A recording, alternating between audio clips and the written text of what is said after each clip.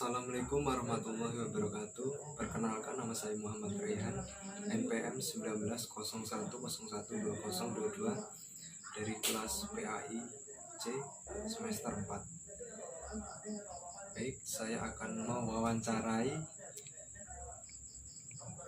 teman saya dengan materi sejarah, psikologi agama, dan metode perkembangan psikologi agama dan psikologi agama dalam Islam. Baik, sebelumnya Mas Joni, saya di sini ingin mewawancarai tentang materi perkuliahan saya tentang psikologi agama dalam Islam. Jadi, seberapa tahukah Mas Joni mengetahui tentang psikologi agama dalam Islam dan apa manfaatnya? Kalau menurut saya pribadi, itu psikologi agama merupakan cabang ilmu psikolog yang meneliti dan mempelajari tingkah laku manusia dan hubungan dengan pengaruh keyakinan terhadap agama. Adapun manfaatnya adalah memberikan tuntunan dan ajaran hidup, dapat mengenal mana yang baik dan mana yang buruk, dapat mendekatkan diri kepada Allah Subhanahu wa taala dan mengingatkan dengan larangan-larangan Allah Subhanahu wa taala. Dan selanjutnya, menurut Masnya, nilai-nilai agama dasar pengembangan masyarakat Islam itu menurut Masnya gimana ya? Tolong jelaskan. Secara umum, psikologi agama itu meneliti dan menelaah kehidupan beragama pada seseorang dan mempelajari seberapa besar pengaruh keyakinan itu terhadap sikap dan tingkah laku seseorang dalam masyarakat, serta semua prinsip dan nilai-nilai dari Allah menjadi dasar dan semua aspek kehidupan baik sosial, ekonomi, politik, hukum, pendidikan, serta seni budaya. Yang selanjutnya Mas, faktor apa saja yang mempengaruhi belajar bagi siswa? Faktor, sepertinya ada dua faktor yang mempengaruhi belajar siswa. Yang pertama, faktor fisiologis. Faktor ini berkenaan dengan kondisi umum jasmani seseorang, misalnya menyangkut kesehatan dan kondisi tubuh seperti sakit atau terjadi gangguan fungsi-fungsi tubuh atau cacat.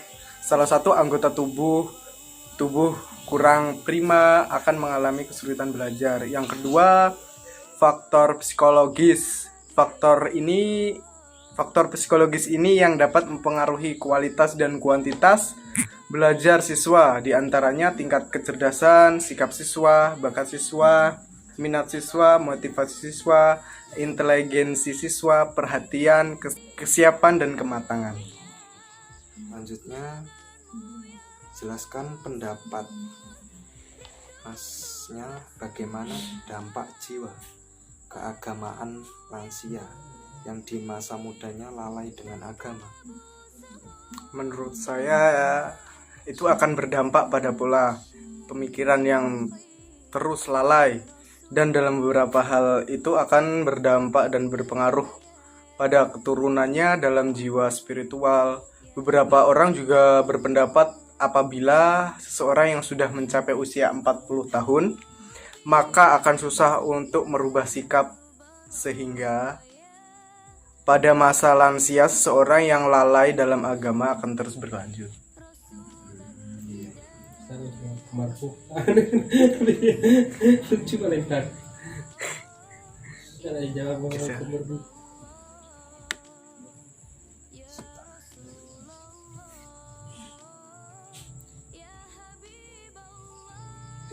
Apa?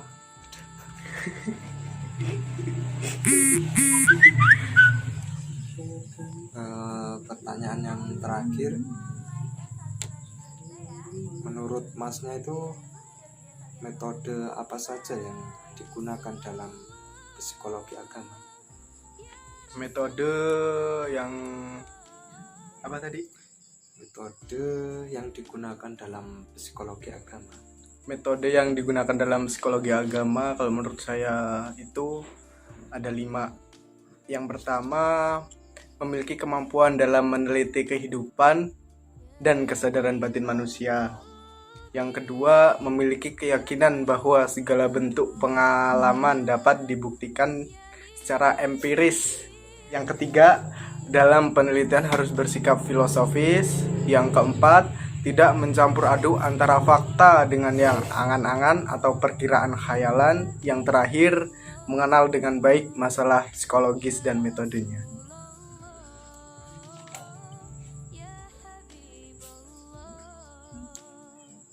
Baik, terima kasih Mas tadi sudah. Ya, sama-sama.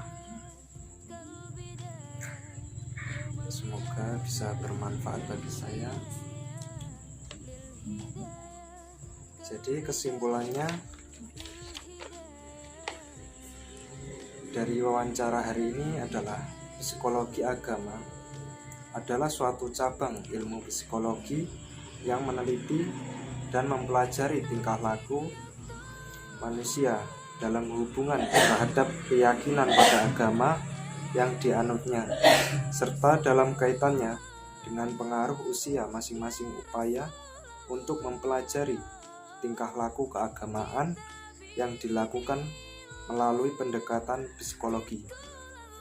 Tegasnya, psikologi agama mempelajari dan meneliti fungsi-fungsi jiwa yang memantul dan memperlihatkan diri dalam perilaku dan kaitannya dengan kesadaran dan pengalaman agama manusia. Psikologi agama berbeda dari cabang-cabang psikologi yang lainnya karena dihubungkan dengan 2 bidang pengetahuan yang berlainan. Sebagian harus tunduk pada agama dan sebagian lainnya tunduk kepada ilmu jiwa psikologi. Baik, terima kasih Mas ya. Ya, sama-sama.